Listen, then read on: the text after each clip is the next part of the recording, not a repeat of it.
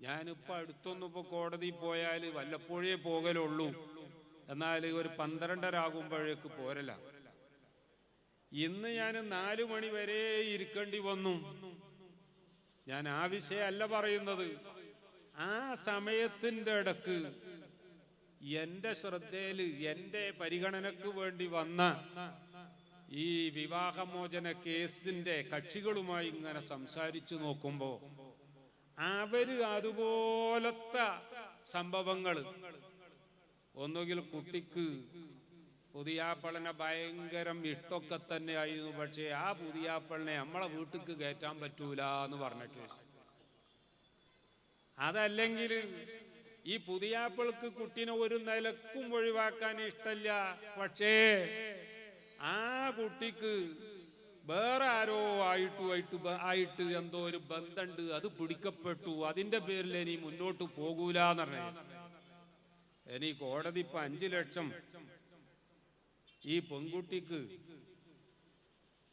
ജീവനാംശം കൊടുക്കണം എന്ന് പറഞ്ഞൊരു കേസ് ഇന്ന് എന്റെ പരിശോധനക്ക് വിധേയമായപ്പോ ഞാൻ തന്നെ ഞെട്ടിപ്പോയി. എന്താ സംഭവം എന്നറിയോ? ഈ പെണ്ണിനെ ഒഴിവാക്കണം എന്ന് പുതിയാപ്പള തീരുമാനിച്ച് തലാക്ക് ചൊല്ലിയതിന്റെ പേരിൽ ആ കോടതി 5 ലക്ഷം റുപ്യ കൊടുക്കാൻ ഉത്തരവിട്ടത്. എന്തിനെ ഈ പെണ്ണിനെ തലാക്ക് ചെല്ലണമെന്ന് പുതിയാപ്പള തീരുമാനിച്ചത് എന്ന് അന്വേഷിച്ചപ്പോ പറഞ്ഞത്, 4 മക്കളുള്ള ഈ പെണ്ണ് വീട്ടില് ഏതോ ഫ്രിഡ്ജ് നന്നാക്കാൻ വേണ്ടി വന്നിരുന്നേ. നോക്കണങ്ങൾ, നമ്മളെ വീട്ടിലൊക്കെ ഫ്രിഡ്ജ് നന്നാക്കാനോ മറ്റേതിനൊക്കെ കസ്റ്റമർ കെയർക്ക് വിളിച്ചു പറഞ്ഞ് അവരാരെങ്കിലും പറഞ്ഞേക്കും. ഞാൻ എവിടെ എന്താന്നൊന്നും വിശദീകരിക്കുന്നില്ല. ആ നന്നാക്കാൻ വന്ന ഒരുത്തനോട് ആ ഫ്രിഡ്ജ് നന്നാക്കാൻ അയാൾ ആ വീട്ടിലെടുത്ത കുറഞ്ഞ സമയത്തുള്ള പരിചയം, ആ പരിചയം പിന്നെ സൗഹൃദത്തിലായി വളർന്നു വന്ന് ഈ 4 മക്കളെയും അതുപോലെ തന്നെ സ്വന്തം മാതാപിതാക്കളെയും പുതിയാപ്പളന്റെ വാപ്പാനെയും ഉമ്മാനെയും പുതിയാപ്പളിനെയും ഒക്കെ വിട്ട് പോയി അവന്റെ കൂടെ പോയി ഒരാഴ്ച എവിടെക്കോ കൂടി മതിയായപ്പോ രണ്ടാമത് വീണ്ടും ഇങ്ങോട്ട് തന്നെ വന്ന് കുട്ടികളെയും പുതിയാപ്പള്ളി എടുത്തിട്ട്.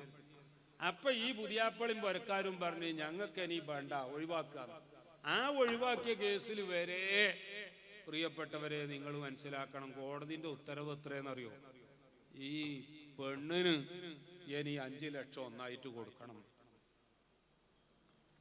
ഇത് ഒരു ഒറ്റപ്പെട്ട സംഭവമല്ല ഞാൻ പറയുന്നത്. ഈ രീതിയിലേക്ക് നമ്മുടെ കുടുംബജീവിതം അടക്കം താറുമാറായിക്കൊണ്ടിരിക്കുകയാണ്. എന്തേ ഇതിനൊക്കെ കാരണം? നമ്മൾ ആലോചിക്കണം. മഹാന്മാരായ ആളുകൾ, ഒരു ഔലിയാക്കന്മാരായി അറിയപ്പെട്ടവരുണ്ടാകും, പാവപ്പെട്ട സാധുക്കളുണ്ടാവും, ചെറിയ മക്കളുണ്ടാകും.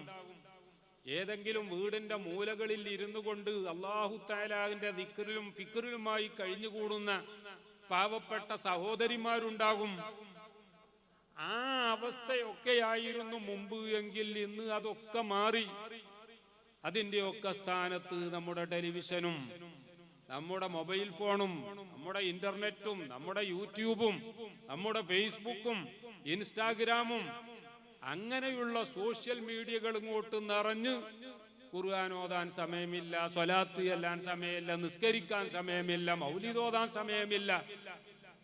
നമ്മൾ താമസിക്കുന്ന കഴിഞ്ഞുകൂടുന്ന വീടുകളിലോ നമ്മൾ കഴിക്കുന്ന ആഹാരത്തിലോ നമ്മൾ ഉപയോഗിക്കുന്ന വാഹനങ്ങളിലോ എവിടേക്കെങ്കിലും ഒന്ന് അല്ലാഹു തആലാന്റെ റഹ്മത്തിന്റെ നോട്ടം ഉണ്ടാകാൻ തടസ്സമാകുന്ന എല്ലാ സംഗതികളും നമ്മുടെയൊക്കെ ജീവിതത്തിൽ നിറഞ്ഞു വന്നപ്പോൾ ബിഹിം തുർസഖൂന വബിഹിം തുൻസറൂന വബിഹിം തുംതറൂന, ഒരുപാട് നല്ല പാവങ്ങളായ മനുഷ്യന്മാരുണ്ടായതുകൊണ്ടാണ് നിങ്ങൾക്ക് മഴ ലഭിക്കുന്നത്, പ്രയാസങ്ങളിൽ നിങ്ങൾക്ക് അല്ലാഹുവിന്റെ ഭാഗത്ത് നിന്ന് സഹായം വരുന്നത്, അവര് മുഖേനയാണ് നിങ്ങൾക്ക് റിസ്ക് വരുന്നത് എന്ന് ഹബീബുനാ വ ശഫീഉനാ റസൂലുള്ളാഹി സ്വല്ലല്ലാഹു അലൈഹി വസല്ലമ തങ്ങൾ പഠിപ്പിച്ചൊരു രീതി പ്രിയപ്പെട്ടവരെ നമ്മളൊക്കെ മറന്നുപോയി. നമ്മളൊക്കെ കരുതുന്നത് നമ്മുടെ വിദ്യാഭ്യാസ യോഗ്യത, നമ്മുടെ കഴിവ്, നമ്മുടെ സമ്പത്ത്, നമ്മുടെ ആരോഗ്യ ദൃഢഗാത്രരായ മക്കള്, നമ്മുടെ ഈ പരിഷ്കാരം, ഇതൊക്കെയാണ് നമ്മുടെ എല്ലാം എന്ന് ചിന്തിച്ചുകൊണ്ട് ബഹുമാനിക്കേണ്ടവരെ ബഹുമാനിക്കാത്ത, ആദരിക്കേണ്ടവരെ ആദരിക്കാത്ത, സത്യത്തിനോ അല്ലെങ്കിൽ സത്യസന്ധതക്കോ സഹോദര്യത്തിനോ സൗഹാർദ്ദത്തിനോ ഈ സഹിഷ്ണുതക്കോ ഒന്നും തന്നെ ഒരു വിലയും കൽപ്പിക്കാത്ത രീതിയിലേക്ക് ലോകം മാറിപ്പോവുകയാണ്.